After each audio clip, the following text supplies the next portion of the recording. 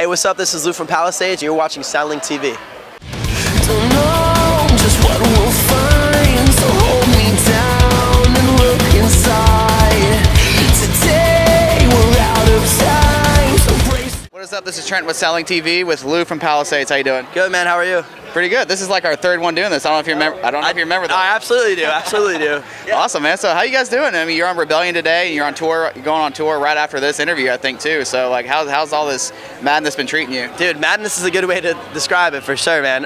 It's been great. We're on tour with Jonathan Davis right now. We just got done playing Carolina Rebellion to like a massive crowd. We just did Welcome to Rockville like last week. That was incredible.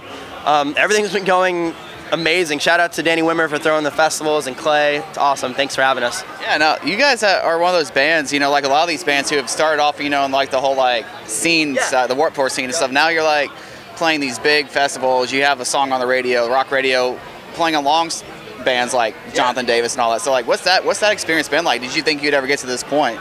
Dude, it's a metamorphosis. It's like a total rebirth of Palisades, which is awesome. You know, forever, you know, we've been grinding and trying and working as hard as we possibly can forever. And, you know, like you said, we grew up in the Warped Tour scene, and then finally, once we started to shift a little bit, get on the rock radio stuff on Octane. Shout out to Octane, incredible. Thank you guys, we love you so much. It's just been like a total transition, and it's been incredible, especially because we're bringing all the fans from the Warped Tour world over into this world, and it's awesome. And then the same thing with the rock radio fans. They're learning about all our kind of music too, so it's been like this really great growth for Palisades. And the biggest part is that we just have this giant family of fans from all over, and that's the goal. We want fans of everyone to like us, you know what I mean? So yeah, so like, how do you, like, when it comes to your creativity and stuff, I don't know with this current record you guys have if you guys were trying to push into that market or so, but is this going to affect the writing process, like being on the radio and that kind of thing? Do you guys are going to probably make more friendly stuff to be played on the radio to have this new crowd like it and all that? I mean, I don't think we ever go into the writing music with the intention of being like, you know, we need to write this for that. But I mean, the love that the rock radio world has shown us has definitely inspired us for sure. And I think it'll probably affect maybe the new album that we're about to go record, is maybe just make it a little bit more driving. You know what I mean? But it's awesome because it's always still going to be Palisades, it's always going to sound like us, and it's just a little bit something different, and we'll put our own spin on it. And you know, Letdown was the first song to hit rock radio, and that's out of left field and was widely well received. And shout out to all of our fans, new and old, for checking that out. You know, at the same time with that song too, it's got a little pop groove and with a little electronics and stuff. So it could be on, it's probably pop top 40 radio and all. Is that something you guys would maybe, like you said, not intentionally do, but like, would you guys be open to maybe being on the top 40 radio as well as the like Liquid Octane radio and all that? I feel like there's no radio station I wouldn't want our band to be on. So anytime that anybody can listen to our music, that's exactly what I want. You know what I mean? So no, I'm not opposed to top radio at all. I don't think anyone really is.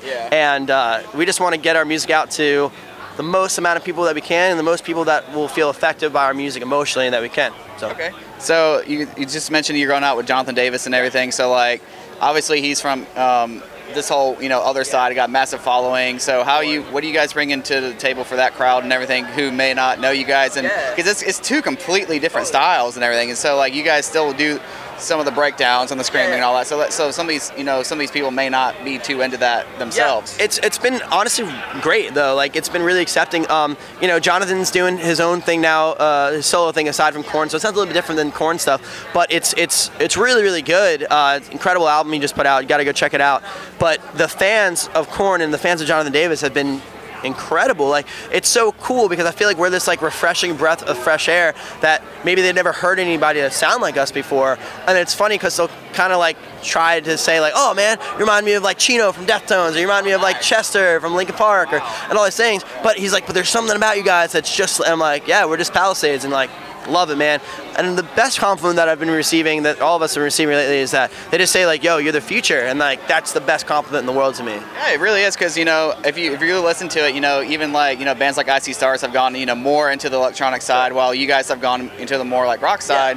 But then you have like bands like Asking Alexandria, whose last record was sort of a blend of both, you know what I mean? And so like, it's like all these bands who came up in that scene are sort of branching off in this new like form. Do you think like any of these bands that you specifically could ever go back if you wanted to? Like, is it too late if you guys wanted to make another heavy song like from back in the day? Like, do you guys feel like that's you guys are going too far to the other side, where like if you did that, that would probably pull your band back a little bit. Yeah, I wouldn't use those terms. I think the best way to describe it is that it's an evolution, right? Yeah. When you draw, or when you're an artist in any sorts of the form, or even as a person, you don't really ever go back to what you used to be back then, because it's a different mental state of mind. You know what I mean? It's a different mind frame that you're in. And as you grow as an artist and as a person, you just evolve, and your music changes with you. It's like your own baby. You know what I mean?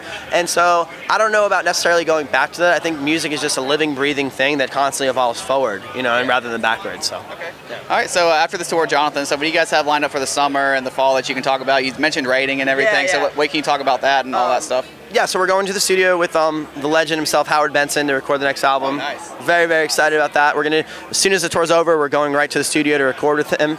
About a month and a half, 2 months, and then can't talk about it, but we're gonna be touring forever. Forever. Forever. Awesome, man. All right, Lou, thanks for talking to us today and all that. Once again, Lou from Palisades, Trent with SoundlinkTV. Thanks for watching. Thanks.